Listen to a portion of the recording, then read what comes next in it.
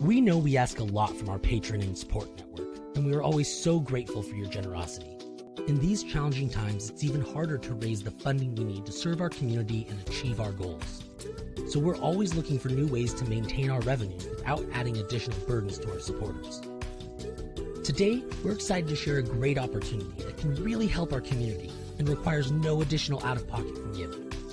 We've partnered with the Liberty Company Insurance Brokers and their Liberty Cares program. Liberty Cares is simple. You already make monthly payments for your insurance needs, whether it's auto, home, or for your business. For every line of insurance you move to Liberty, they will donate 25% of the commissions they receive on your policies back to our cause. And under this special partnership arrangement, that donation will come to us again and again every year you keep your policy with Liberty. Often, you'll be able to move your insurance into this program simply by signing one form. It's that easy. The Liberty Company is one of the nation's largest insurance brokers, and they've won a number of recognitions for their excellent operations and workplace culture, so you can rest assured that you will be well taken care of. If you would like to learn more about how this new partnership with Liberty can help turn your insurance dollars into much-needed funds for our community, please visit libertycompany.com/libertycares or shoot them an email at libertycares@libertycompany.com. And please be sure to let them know that you're part of our community so that they will credit the benefit of your policies back to our organization. Your ongoing support is much appreciated, so thank you in advance.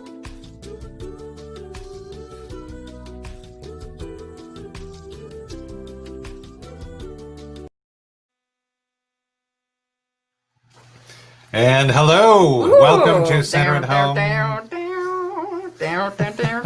Welcome to Center at Home, episode. This is my kind of background. Something teen. Yes, and we're in our virtual Hawaii. We decided since we can't go to Hawaii, Yes. we're going to bring Hawaii to us. So I'm under the rainbow, and we actually saw a rainbow like that when we were in Hawaii, didn't we? Yes. So makes me misty-eyed thinking yes, of my I know. land. Well, welcome everyone to Happy another Friday episode of Center at Home. We are coming to you live from Reseda, California. Fabulous. Reseda Studios. The Asner Family Center. Yes. And we've got a great show for you today. We've got the incredible Kathy Gott, who's going to come on and tell us about a great new project she has called The Village, which is we're all very excited about. Hopefully a huge step in answering some of the housing issues that we have, certainly in Los Angeles. So it's going to be really cool to sit down and talk to her about that. And then we have Chelsea Darnell coming up in a minute, who is going to talk to us about our Hollywood stuff. How are you? I'm good. Yeah? I'm good. I'm a little getting to that point where I'm feeling a little overwhelmed. Really? Yes, I think I've hit my wall, my pandemic wall. Well, the COVID test happened. Yes. Waiting for the results. Should come back like in the next day or so. Mm-hmm. Excited about that? No. Well, it's all going to be good. I am excited though that we have the center totally ready to go. We've been working like maniacs all week to get the center. Why don't you explain what we're doing? I think let's. Well, I think it was the community really who reached out to us and said, there's this social disconnect that so many of the kids are feeling, our own kids included. And we have these wonderful directors, our art director and our music director, Judy Langdon and Aviva Paskowitz, who are running our mini camp. It's not like our regular camp ed. It's a totally new, intensive, expressive arts camp. They're going to be doing something where at the beginning of the week, they're creating something, they're the theme behind it, and they're going to have something that the kids can bring home, something that incorporates art, music, theater, and just, it's an incredible week. It's something that the kids have never seen before. And I'm very excited what they have been working on. And of course, the most important thing, well, not the most important thing. Yeah, I guess it is the most important thing, is that we've taken the steps to ensure the best of our ability, cleanliness, the safety and of the staff, the safety of the participants. Yep. For me as a parent and us, as special needs parents, the number one thing was the class size. Mhm. So we have this huge space. It fits 400 I wish people. we had that video. I'm going to put it out. I'm going to put it out this weekend. No, I'm going to say something about this because it's great. Because I walk in the other day and they are working very hard while I'm kind of kicking back with my feet up. No, I'm kidding. Eating bonbons. Eating bonbons. No, Yes. I walked in the other day and they had completely done our multi-purpose room. If you've been to the center, we have a huge room where our stage is and all that. And they had taken the stage room, the multi-purpose room, and spread out desks so that they're in a horseshoe, kind of a circle, so everyone can see each other and everyone can be present. And that is where all the action is going to happen. And there are little boxes where people can be most of the time, and then there are areas that are considered not in boxes. That's very weird. They're like drawn on the. No, we wanted to give each child their own workspace. Yeah. So each child has what the girls have called their cozy cube. Right. And so they have their own workspace. They come in. Their gear stays with them. They have their own workspace. They have their own unique materials for themselves. And I'm paying you a compliment. What? No, I think you guys did a great job putting that together. I was very impressed. I was most impressed. I think it's going to be a really, really wonderful, fun time. And that was my goal, is that the kids for now, almost, how many months has it been? 4 months? There's only, God, it seems like it's been forever, but yeah, it's 4 months. There's only so much you can do with a kid virtually. I mean, I think there's amazing programs out there that, so many of our friends have created that are really wonderful virtual programs, but there is nothing like the connection that you get with the kids when you're in the room with them and you're having the social interaction. And some of our kids are really, really missing that and really suffering from the loss of that. Well, and I have to say that the two people who are in charge of the program, Judy Langdon and Aviva Paskowitz, are amazing artists. They're amazing artists. Judy's a music therapist, so we've got like it's the it's the cream of the crop. Cream of the crop. Thank you. It's not the counselors. It's not the junior counselors. It's not the volunteers. It's this particular program is only run by the specialists, and I'm very excited about that. Which, by the way, both girls are siblings of autistic brothers. So if you're interested, right? There's stuff. You love to talk over me, don't you? I'm sorry. You really, there might be spots open at some point through the month. Yes, because it's 1 month, basically. Our first week is full, thank God. But I think because we have such small groups, I would definitely recommend people to reserve your spot and reach out to you can reach out to me, Navah at asnerfamilycenter.org. And just if you have any questions, I'm sure you all have questions. So just reach out to me and I'll answer any questions you have about the mini camp, which starts on Monday. All right. Okay. So now we're going to bring in our first guest. Yes. We're already like 8 minutes into the show. Oh my gosh. Talking about Matt Asner can't stop talking. Well, I mean, we've had an interesting week, right? Yeah. It's all becoming a blur. I don't know. I mean, it has been interesting. It's been a roller coaster week. It's been crazy. There's some crazy things going on. Is Mercury in retrograde? I don't know. Do we have a pandemic going on? What's going on? What's happening? We do. I think it's just nuts. I think it's that. What is that thing that we keep talking about where you get the brain fog? I mean, I have brain fog anyway. Well, it's not just brain fog. I think things are going crazy. No, but remember we talked about that at our show. Is that there's something with that chronic stress brings on this allostatic load. Oh, there you go. The allostatic load. It was the good recall. Way to go. My brain isn't that foggy. But let's bring Chelsea on. Yes, we're going to bring Chelsea on. And I love this new segment. Hey, Chelsea. We talk about movies and popular culture. Yes. So, super cool. Hi, Chelsea. How are you, first of all? I'm well. How are you guys? We're good. We were marveling at the kind of craziness of this week. It's kind of a nutty week. But, things are good. We keep kind of moving in weird directions with this virus thing. So, but I it's going to be interesting to see where it goes for the next couple of weeks, which leads us to our first question. Okay. Our first question is, I don't know who it's from. I can't remember who it's from, but do we have any word on what's going on with Disneyland? I know that Disney World. So Disney World, I don't know anything on Disneyland other than they were supposed to open July 15th, but then at some point they were like, we don't want to increase the risk. My guess is these things open in phases. That would be the safest thing to do. I think if they were to reopen Disneyland, it would be smart to open some parts of the park, but not all of them. I think that would be the smart thing to do. Or open California Adventure first or Disneyland second, or one part of California Adventure and then do it in phases. It would not be smart to open both parks at once. That's my personal opinion. And I think they're already I think they're following that. They opened the stuff in Downtown Disney. Did you see that video? No. Our friend was like he worked there, David, and somebody had taken a video from Downtown Disney, and people were pulling like stuff off the racks like they were giving it away. I mean, it was like madness. It seemed like everyone was wearing masks in this video, but it was the frenzy of buying stuff was weird. And somebody said on his post, was there a huge sale or something?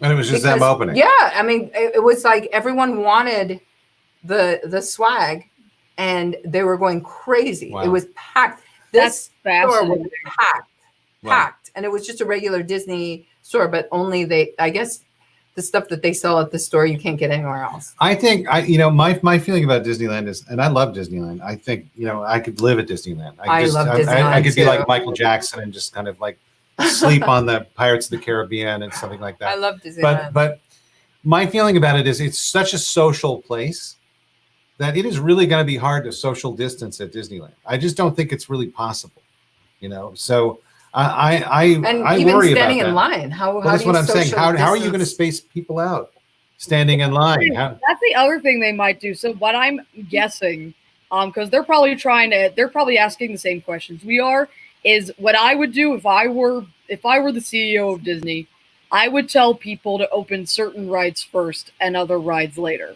Oh, yeah. So it honestly depends. It honestly depends on the ride. I would open different parts of the park in phases. That's what I would do if I were in charge of the company. Like I would do a very phased reopening, and even like certain rides would be open. But also it's in a way it's sort of perfect timing because they're redoing a lot of parts of both parks anyway. For example, they're redoing Splash Mountain, as we talked about a week ago. Yeah. And then California Adventure, they're like building a whole new Marvel section. So like there's gonna be parts that are closed to the public anyway. It's a good time to be renovating, I would say. Well, I read an article last night that talked about the rules, the new rules at Disney World. Disney World. Yeah, and they said these are not suggestions; these are rules, and that they were very clear on stating that in this article. That anyone who had a different idea coming to the park will very soon learn that that's not the way it's going to be.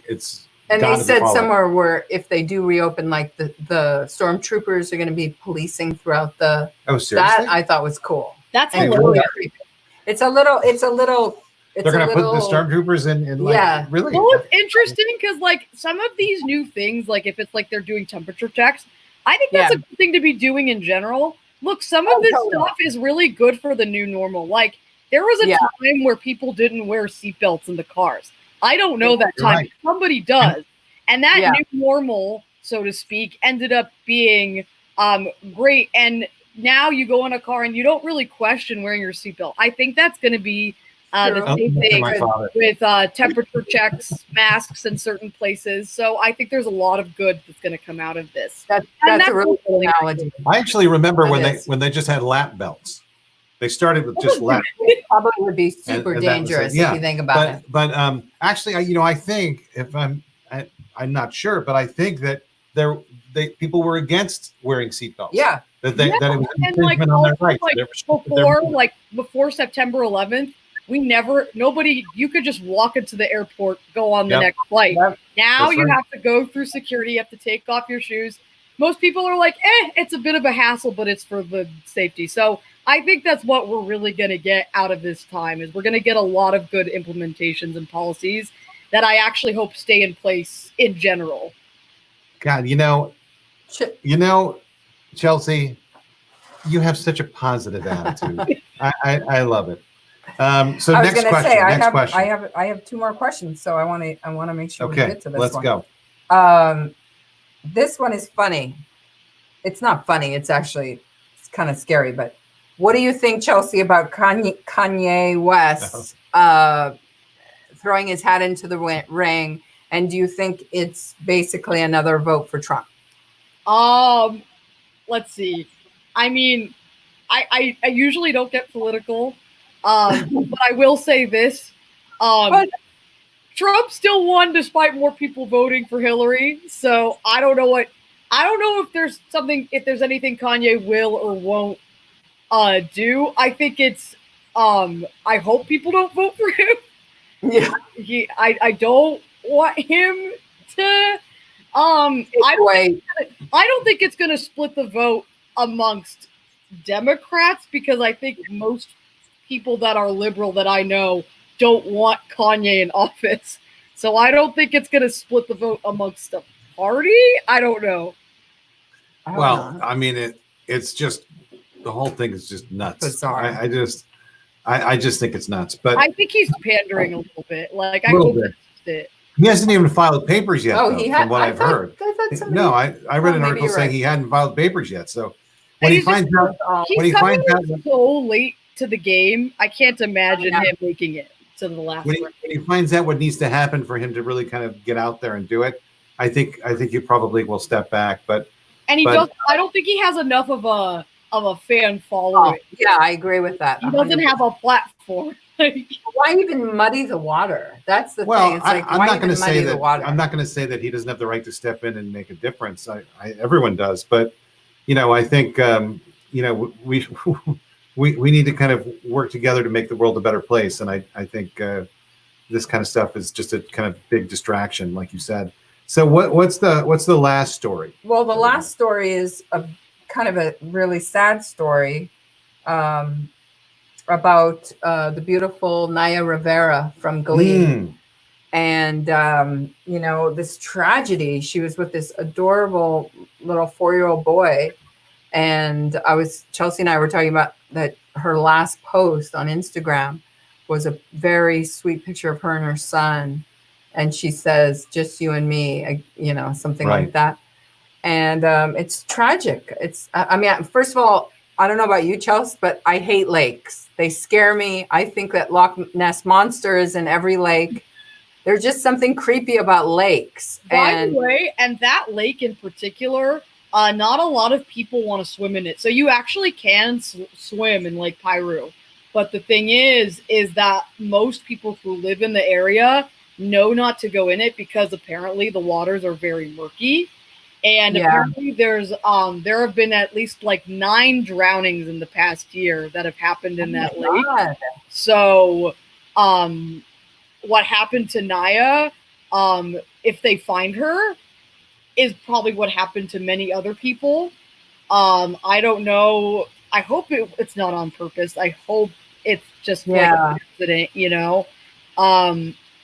I've never been to Lake Piru. I don't even know. I guess I didn't know what it was until like 2 days ago when they revealed that she had gone missing. Yeah. But I guess sad. they said the article I read said that they have huge trees under the water, and lots of debris and foliage, and that you can get entangled in and get stuck in, and also the water depth changes within inches, so you'll be swimming and all of a sudden you'll be in 4 feet of water, instead of 50 feet of water. And then also, they also said that it gets very cold in the water, very cold. So it's just not a great place to go swimming. Well, I mean, when they were looking yesterday, they said their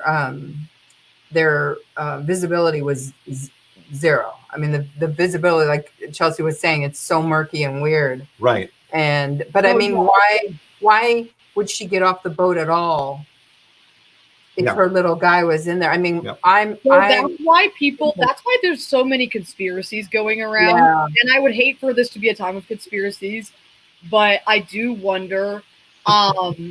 Listen, Naya Rivera, like many people, she had her issues. She's been arrested before. Not that has anything to do with anything, but I do wonder if she was troubled in any sort of way.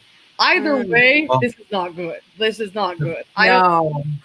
I just can't imagine leaving the boat with I can't imagine ever leaving the 4-year-old alone. And the fact that she jumped, and if she had been to that lake before, like she probably knew it was dangerous, right? Like, I don't know what probably happened. So I don't know. There's a lot of mystery. There's a lot of lore. It's not going to change the fact that this. I don't know. I feel like I think she's gone. Just like my heart hurts for that boy. So sad. He was only like 32 years old. Yeah. God, how sad. It's very sad, and our heart goes out to the family, you know, and her friends and all that. And I hope they find the answers they're looking for. I do too. I just hope they find out what happened to her. On a brighter note, Chelsea, you host a wonderful movie chat every week. What are we watching this week? What are we talking about this week? Yes, tomorrow's movie chat is going to be about Captain America: The First Avenger. Ooh. So by 7 o'clock Pacific Standard Time, be ready to discuss that movie. Saturday night. Yep, tomorrow night, 7 o'clock Pacific Standard Time. And if you're out there and you're interested in doing that, go to our Facebook page. You'll see the post about this on our Facebook page, and you can request to join. And it's a lot of fun. And the group has been meeting now for 15 weeks. That's about right. Maybe. So this is like their 15th film, and awesome. It's pretty cool. And it's become a thing. Yeah, it's a real social club. Yeah. So that's tomorrow night. And until next week, we'll see you again next week. Wonderful. Thank you so much. All right, Chelsea. Thank you. Thank you. Love you, Chelsea. Thank you. Love you guys.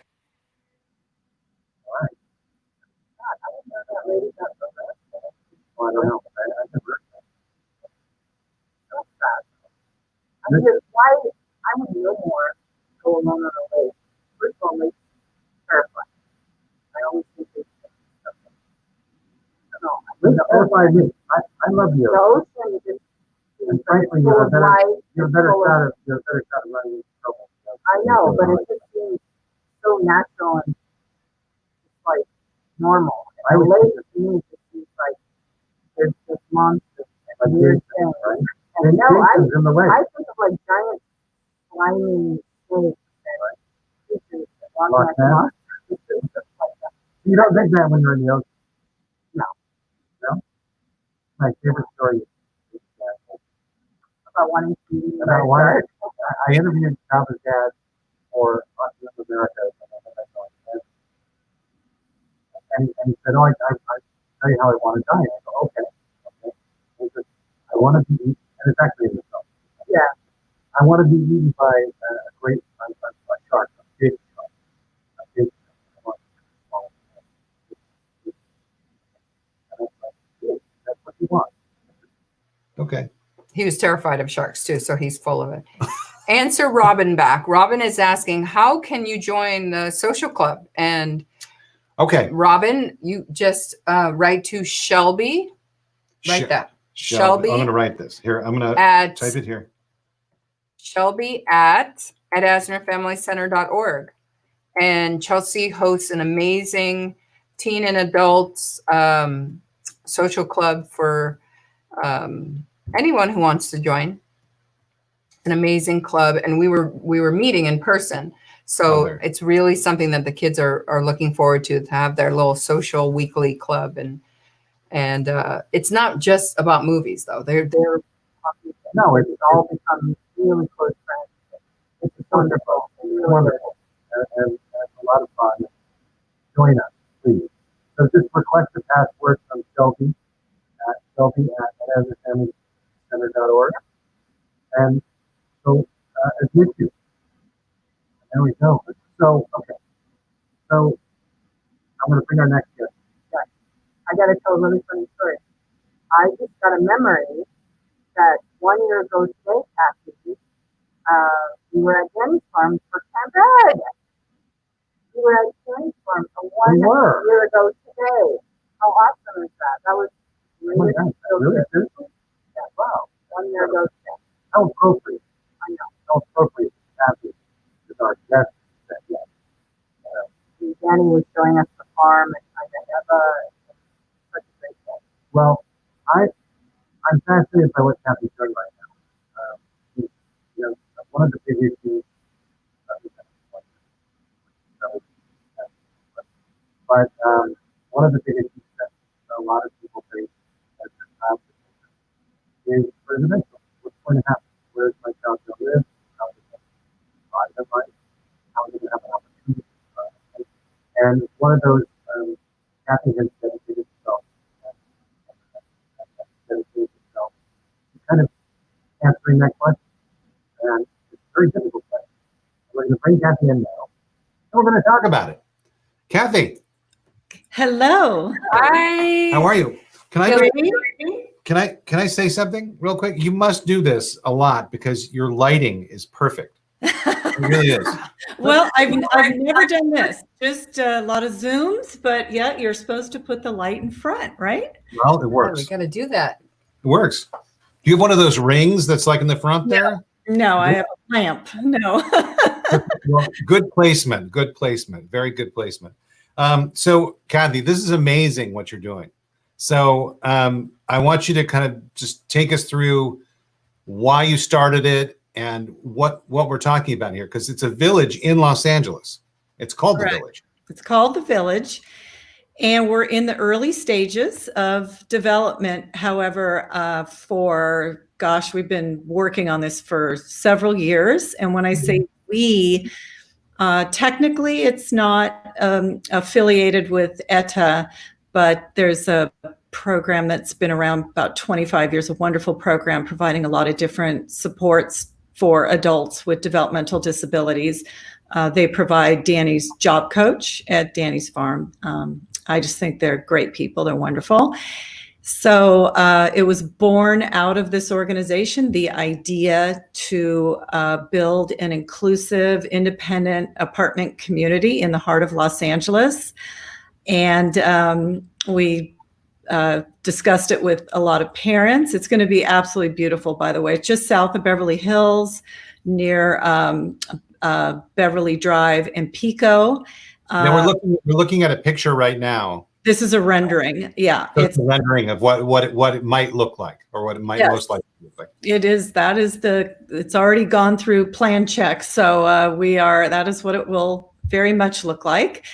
And the first floor is a retail space, and I'm not at liberty to say who will be there, but I can tell you it's going to be incredible. And they're lovely, lovely people. And have in the lease is to offer jobs and be a vocational training ground for some of our residents who, would be appropriate to work there. So it's very exciting. So awesome. That's great. So that's actually was one of the questions I had. So this is actually a partnership with the shops that will be on the bottom floor. Correct. This is a partnership And a built-in work program. and a work Yes. program. That's and a awesome. built-in. That's fantastic. How many shops will there be? Again, it's I can't really say yet. Nothing's been signed or made public. However, it's not just limited to our particular space. There's a ton of retail in the area. So just a little, I think the bigger picture of what we're creating here is, just to change the mindset of people that every person has value. And it makes me, always get emotional when I talk like this. And, we faced such challenges with, NIMBYism and, trying group homes and just so much stigma. We've come a long way in our generation, but we have a long, long way to go. And part of our mission, or the greater mission of this village, is to exemplify and show the talents, the value added of inclusion. I love the word neurodiverse, because that is what's happening in our world, not just in Los Angeles, that people are more and more neurodiverse. And that doesn't mean because your brain works this way and someone's brain works that way that they're better or more deserving or more worthy. It just means they're different. People have very different style. And that's what we want to show, just be a model to invite the community in, invite our residents to go out. And it's all by design. So we'll have some studios, some 1-bedrooms and some 2-bedrooms. And this is a nice, beautiful building with gorgeous amenities, a rooftop lounge. We'll have conference rooms. Go ahead. This is a new building, right? Yeah, we're tearing down what's there. And we're building 2 levels of subterranean parking. And I can give you a link for some more detailed information, or if you want to share, I believe it's in there, the article that was just on the cover of the Jewish Journal. That was great. We're getting a lot of wonderful feedback and support from the community. And it's not just for people with neuro diversity. It's also for neurotypical, whatever that is, right? Do you know any neurotypical people? I don't know any neurotypical. Not around me. Yeah, I don't. That's boring, really.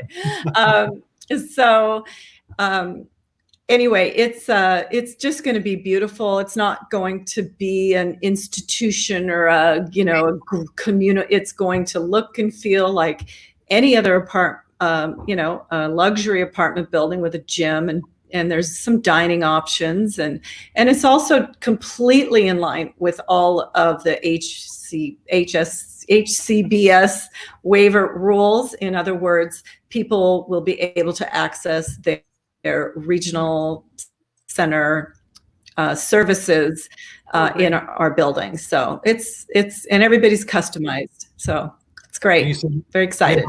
We have a ringing endorsement here from Jim Gott that the village is going to be incredible. Love you, Kathy. Aww. So. Oh, my sweet man. And then he said, by the way, go Phillies. Go Phillies. Yeah. Go Phillies. We're excited that we have baseball. Come here, Jimmy. I know. Say hi. Jimmy's going to come say hi. Is that okay? Oh, good. Hi, Jim. Wow. That's my shirt. Hi, Jim. How are you? The village is very close to Beverlywood, isn't it? It is. Yeah. I would say Beverlywood. Yeah. That's right near Shell Hebbet. Yes. And so this is amazing. Okay. And it's amazing because you're doing it in a metropolitan city where the real estate value is through the roof. Mm-hmm. And that was, Navah knows me and she knows that I've been saying for many, many years, how do we solve this problem in Los Angeles? Because it is such a difficult place to even live as a person, as a neurotypical person, with a job. And, when you add the situation of autism you have a problem. You have a problem because you can't expect someone to live like that. It just can't happen. So I think you've attacked something and met the challenge brilliantly. So I'm very excited about that. I'm going to really humbly say, when you say you, I am on the board of directors. It's just an honor. It's called Cornerstone Development, and Cornerstone technically owns the property and will own the building, And there'll be, people obviously have choice of who their particular service provider is. Of course, ETA will be offering a lot of, social opportunities, vocational and whatnot. But, each individual has a choice of, how to best support themselves. Very person-centered thinking is the trend. So I lost my train of thought. I got that old people thing. I was going to say that the people on the board are the most generous. I mean, I can't even, this Cam Baboff is the president of the board. Here's this incredibly big time real estate developer. It's built, hotels and huge buildings all over the world. And he donated $1 million. And his staff and his time. I mean, that's just, the Hendel and Eric Schwartz, 3 million. I mean, it's philanthropy. It's giving. It's so needed. And the model is self-sustaining. So through the rent and the subsidies and, all kinds of options that we'll have for families to offset the cost, to make it affordable, makes the building, it's going to be very healthy financially, because the first thing we're going to do when we start and residents move in is start another project. So yes, I was going to say, hopefully people will hear this and say, how can we bring a village into our? Well, that's great, and it's really exciting. I know that there are communities that want this to happen in their community, and I think the world of autism, and if we're going to and that's just a part of this, but the world of neurodiversity, I should say, is so large, and it touches so many people that this is an incredibly positive thing for any community. Well, get your mind around this, because I like to give this illustration about the numbers. So when our kids were my kids are a little bit older than yours, I know, but when my kids were diagnosed and born and diagnosed from that early, like late 80s, early 90s timeframe, it was considered a rare disorder, autism. Yeah. And, actually, it was like 1 in 10,000. Then it moved to 1 in 5,000. Still not enormous, but that was the start, right? And think about this. So this is the age group of people that are now needing housing and jobs and support services. And that's today. So that the numbers steadily have climbed. Autism. Oops, sorry about the internet. And, today it's 1 in 54 kids. So if you're following this, imagine in 5 years, how many people are going to need housing, and 10 years. I mean, it's such a big issue. And I proudly serve on the LA County Commission on Disabilities and co-chair a subcommittee specifically for people with intellectual developmental disabilities, because the needs of people who just so happen to be in a wheelchair and the needs of somebody with developmental disabilities, some people of course have both, but more often than not, it's two completely different sets of services and needs. So we're working really hard as a community with different alliances and coalitions. And I can't even tell you, we're building a lot of momentum to have specific carve-outs for our population, because we're categorized as in the veterans, homeless, just general disabilities, and seniors. That's the vulnerable population that we're lumped in. And these are very different populations with very different sets of needs, and will be very different kinds of neighbors, and let's be it's getting a lot of attention right now. I'm really happy to say. So I really appreciate you inviting me to come on, so I get so lit up about this, because I'm really, really excited about it.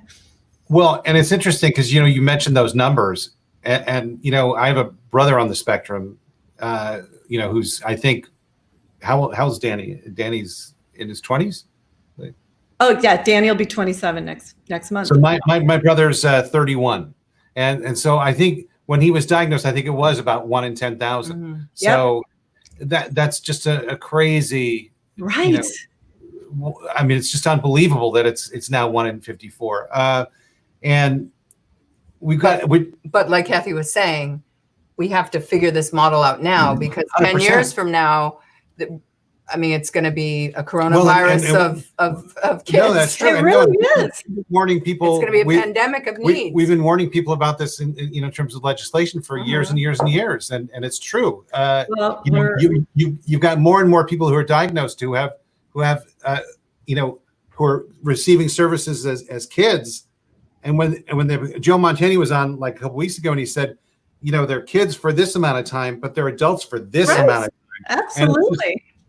We have to start thinking in terms of the next 60 years, right? The next 70 years, and we've got to do that. So congratulations on adding to this, you and the entire board on and the generosity of, oh my goodness. Cornerstone. So I did want to just kind of simultaneously touch upon the employment issue.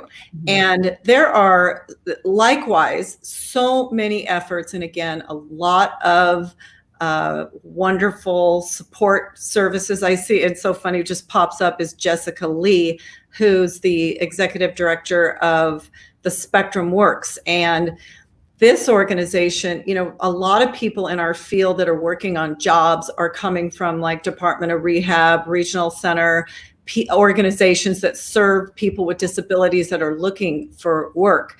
And the Spectrum Work attacks it from the other side, because their board and their leadership is connected to corporate America. And so they're working from that end to train and enlighten companies and especially small businesses, and just like the value of hiring somebody. First of all, the Department of Rehab will pay their salary.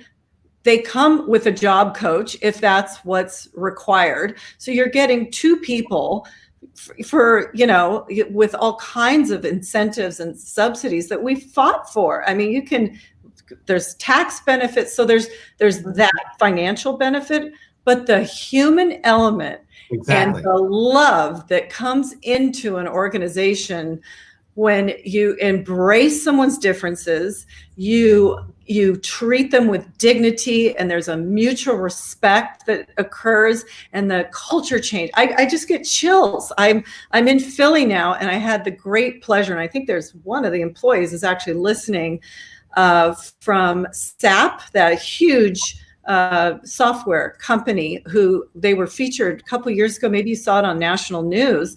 And I mean, they've trained Microsoft and huge companies how to successfully integrate autistic individuals to work, and the supports that are needed. And that's another exciting. It just we have to push. We have to keep our passion. And you creating this center. Oh my! I mean, to hear you talk about and raise money for so many other organizations over the years, that I just can't tell you how proud, and just to see the incredible work you're doing. And I hope there's more. I know that we want to connect Danny's farm, our sweet petting farm, with you. And, we started Education Spectrum in 1996 in Altadena, and we do a lot of almost exclusively social skills classes, and we have programs for adults too. So I welcome opportunities for us to blend and work together and do outings together. I mean, there's so many wonderful things that have popped up. So it's not the sexiest thing to fund adults with developmental disabilities. People like to fund children's things. So, let's see. If anybody can make it sexy, it's Navah. Thank you very much. All right, Matt, you're sexy too. Yeah. No, I'm with you all the way. Don't worry about it. I'm with you all the way. I know. I know. The one thing that I wanted to add to what you were saying about hiring people with autism is the loyalty and the dedication and the pride in work and Work ethic. you're not going to find anything compared to that in anyone else. And I've talked to a lot of CEOs who have done that, and they all say the same thing. It's the best thing they've ever done. And so, well, since day one, from our inception, before we even had the center, it was Joanne, God rest her soul, Joanne's idea that she was pushing us to hire autistic counselors, and almost all of our counselors at Camp Ed are autistic adults. Awesome. I love that. I love it. Yeah. That's been great. We've been doing some great work with the county, and you just let me know the right person with whom to connect, because there's a hiring freeze, of course, because so many people are furloughed right now. But once things are back up and running, they have some incredible paid internships, like with all kinds of jobs. The county's the largest employer in Southern California. So again, through the commission and their great work, we are building these bridges and alliances to have a feed of applicants ready to go. So it's pretty exciting. Wonderful. Well, I mean, it's something that, one of our sons might be great there. So I don't know. That would be a great spot for him. Is Danny? But when I hear something like this, I get very excited. Danny's listening, because I see him say, "Yes, I'll be 27 in next month." Is Danny thinking of moving to the village, or is he? He certainly is, and he's in a pretty great situation now, in his own home with supports. But the thought, and he gets really excited. He's in a video that's going to be on the new website when we get it up. And the thought of, getting home, and then, you get off the elevator maybe, and then there's a fun like hangout lounge, and there's like four peers sitting there playing the games that he loves before you walk to your room. So it's designed in a way that's going to encourage socialization. So, Danny's extremely social, and it's just, I don't know, it seems a little isolating. Like he goes to the farm when we reopen and works, but then you get home, and I think it can be a little lonely. So I love that it's almost like I mean, the social part of it, but it's like their own little college life. I mean, you have all this opportunity, but also for me, the best part is that they have that built-in work program. They can just come in and have an existing model right in their village, right in their building. It's so awesome. It's really exciting. And I think you said earlier in the broadcast that it's not just neurodiverse community that can live here. It's an integrated, fully integrated community, correct? Yes. Is that right? Yeah. Okay. I couldn't see you shaking your head. But one thing I'm going to say is they're probably going to say, okay, we're going to open up the not the bidding, but they're going to open up, and they're going to fill every spot within the hour. I'm sure you have a waiting list already. Well, technically we are definitely keeping a list of everybody who's interested, and we're just not there yet. And I will tell you, and here's my plea, if we don't build the building and don't continue our capital campaign, there will be no village. So we are dependent on the generosity of foundations and donors for some, bigger numbers to begin with, and we can kind of open it up. But we're focusing on, and have been so successful so far. We've raised $8 million in like 4 months or something. It was crazy. And then the pandemic hit. So out of just, obvious reasons and respect, we just stopped. And with this article coming out, it's igniting this whole new vibe and excitement, and we're kicking it back into full gear. So that's what we're focused on right now. Kathy, I think people, yes, this is uncertain times, but I think when you see, as a parent ourselves, when you see something like the village, you want to give, even if it's a small amount. Every amount is worthwhile. Oh, absolutely. But I mean, it's like you're saying, here's something to hope for. Here's something to keep your spirits up. Here's something you can give to and know that with your support, this wonderful dream would come true, because that would be our dream for our son. That's your dream for Danny and so many others' dreams. So I think it's very, very important to keep people's spirits alive and keep their hopes that this wonderful thing is being created now, even in these uncertain times. Absolutely. Thanks, Navah. So true. Well, What Kathy, else? thank you so much for joining us. And Thanks for having me. I miss Danny's farm so much. We Eddie do keeps too. asking me, when are we going back? When are we going back? He absolutely fell in love with it. It's just the greatest thing I ever. want to go because I don't think I've ever been No, there. and you have to meet Well, Eva, It's so sweet. amazing woman ever. I want to go. I want to go. So And then we have, we have the mobile farm too. So we can practice all kinds of safe distancing and bring the petting farm Oh, that's cool. anywhere. So Cool. yeah, Alec Baldwin bought us a truck and trailer a few years ago. How about that? Oh, awesome. Yeah. fantastic. Good old Alec. That's great. Little Alec, love him. Yeah. Uncle Alec. He has the most beautiful children, by the way. Mhm. I know. He has gorgeous children. So A daughter. I have to ask you. So you're in Philly right now, We are. and I know Jim works for the Phillies. He does. He's the bullpen coach. So are we full baseball mode now? Are we getting back into baseball? Is it? I know it's going to look different, and it's going to look, it's going to be different, but baseball is going to start, right? It's not spring training, it's summer training. We started all the clubs open Friday. So not without a week ago Friday. No, Sorry. Friday, 24th. Oh no, we opened opened the season on the 24th, but they just came to training camp last Friday.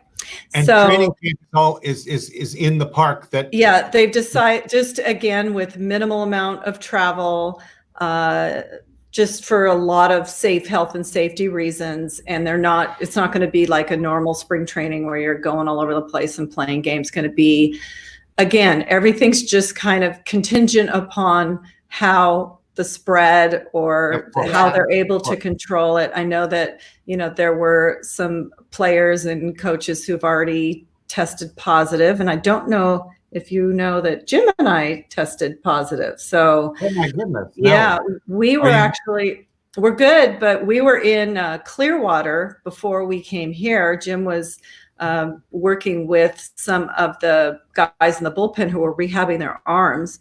And we had actually gone on a little vacation. We were down in the Keys and just had the most incredible time together. We'd never been there. And we drive back to Clearwater and we get a phone call and hear that a few of the players were having symptoms. So it was like, ugh, what's going on? So they said, all right, we're going to want to, test everybody, this and that. And then Jim gets up to go to the ballpark with our bench coach, and he tested positive. So he got sick, like he was in the next wave. So we were like out of here, like getting away from everything. And a few days later, Jim got sick. And then about 4 days later, I got sick. Fortunately, everyone from the complex and our little bubble of infection had relatively mild symptoms, fever, sore throat, no like respiratory, we were terrified. We had meters measuring our oxygen level, everything, talking to doctors. That every night. He does that every night. Yeah, that's we're just as neurotic, we know. And, taking our temperatures like crazy. My fever lasted 8 days. That's a long time. But That is a long. yeah, Well, you that's a look long great. time. Thank Yeah, God. we feel good. We're fine. We're just waiting for our negative tests. Right. Our bench coach tested negative a few days ago, so it probably is how it's been it came went through and left everybody about the same time. So once we get that, Jim is so excited to get back and, be with his pitchers and all the coaches. It's, oh my God, the Phillies are amazing and just a wonderful organization, the nicest people. Joe Girardi, our new manager, what an amazing man. We're just all so lucky. So, and got a lot of talent, and let's just hope that what the protocols are being adhered to, because they've spent a lot of time putting everything into place to keep everybody safe. And we have a great, fun season that everybody can enjoy and lift their spirits, because it's baseball. Come on. Well, it'll be different. It'll certainly be different. And I think they can do all sorts of like wonderful, weird things with cameras, because they have no people in the stands. So the sky's the limit. I know. How fun to have like a GoPro right on your helmet, and then you can watch the ball like come at. You'll see it. I mean, I've heard all kinds of fun things. Yeah, let's go wild. Let's have fun with it. Absolutely. So, first of all, thank God you guys are okay. Thank you. Yeah. I mean, wow. I didn't know that. We didn't know that, and thank God. Well, we haven't really told that many people, but there was a mention in the newspaper a couple of days ago, so I figure cat's out of the bag. So. Well, Thank goodness you're okay, and continued health. Yes, definitely. And once we're all able to kind of get out there and kind of do something, we have to see each other. So we love you guys so much. Thanks so much. Love you, Kathy. And thank you for being with us, and keep us informed on the village. We want to hear. I'll send you a link. Danny's watching. I love you, Danny. Love you, Danny. Talk to you soon. Okay. Thanks for having me. Jim. It's heroes like that. That's amazing. That make this world progress.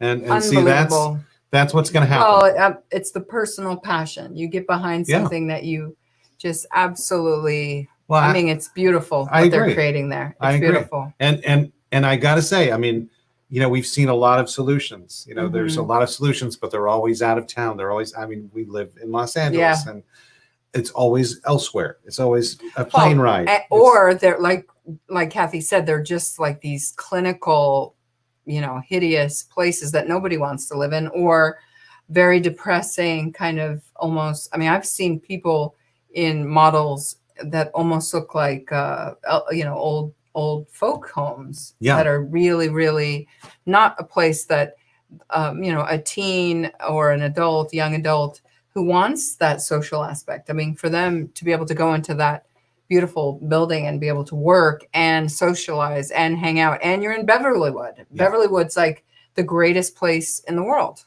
Yeah. And so watch our website. We'll put up a link so you can donate to them. We're going to keep a very watchful eye on the village. Yep. Coming soon. And how you can donate and help support and create this beautiful thing just with your support. I mean, they need the support. It sounds like that they do. It's not going to come to fruition without everyone's help. And speaking of support. Oh. We need your support too. Absolutely. I have a great way of people supporting. You want to know? I would like to hear about this. We have these, everyone has to wear a mask, right? Right. So we have these cutest masks. They come in center orange. And blue. They come in center orange or blue. Right. And they're $10, which is a really good deal. I just bought another mask for $20 and it wasn't nearly this comfortable. Oh. And you can order it. And you can order as many as you want, and we'll get them to you ASAP. Just write to Shelby at asnerfamilycenter.org and order a mask. That's another way to support. Exactly. Now, you could also go to our website at asnerfamilycenter.org/donate.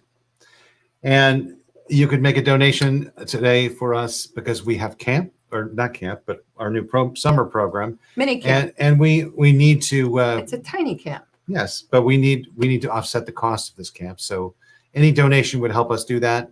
It's very important for the individuals who are involved in it. And I can't thank Navah enough for putting it on. It's my baby. So go now at asnerfamilycenter.org/donate and donate, please. So next week, another show, another week. Another week. Hopefully it'll level out and it won't be that roller coaster. I hope so. I hope. So. We'll see. But there's a rainbow. Look. There's a rainbow. Pot of gold And under where the there's a rainbow. rainbow, there's a pot of gold under Yeah, the I'm rainbow. So holding let's the rainbow. always remember that. Let's remember Shall we? that together, Maddie. And so until next week, keep your seatbelt fastened, and we'll see you then. We know we ask a lot from our patron and support network, and we are always so grateful for your generosity. In these challenging times, it's even harder to raise the funding we need to serve our community and achieve our goals. So we're always looking for new ways to maintain our revenue without adding additional burdens to our supporters. Today, we're excited to share a great opportunity that can really help our community and requires no additional out-of-pocket from you. We've partnered with the Liberty Company Insurance Brokers and their Liberty Cares program. Liberty Cares is simple. You already make monthly payments for your insurance needs, whether it's auto, home, or for your business. For every line of insurance you move to Liberty, they will donate 25% of the commissions they receive on your policies back to our cause. And under this special partnership arrangement, that donation will come to us again and again every year you keep your policy with Liberty. Often, you'll be able to move your insurance into this program simply by signing one form. It's that easy. The Liberty Company is one of the nation's largest insurance brokers, and they've won a number of recognitions for their excellent operations and workplace culture, so you can rest assured that you will be well taken care of. If you would like to learn more about how this new partnership with Liberty can help turn your insurance dollars into much-needed funds for our community, please visit libertycompany.com/libertycares or shoot them an email at libertycares@libertycompany.com. And please be sure to let them know that you're part of our community so that they will credit the benefit of your policies back to our organization. Your ongoing support is much appreciated, so thank you in advance.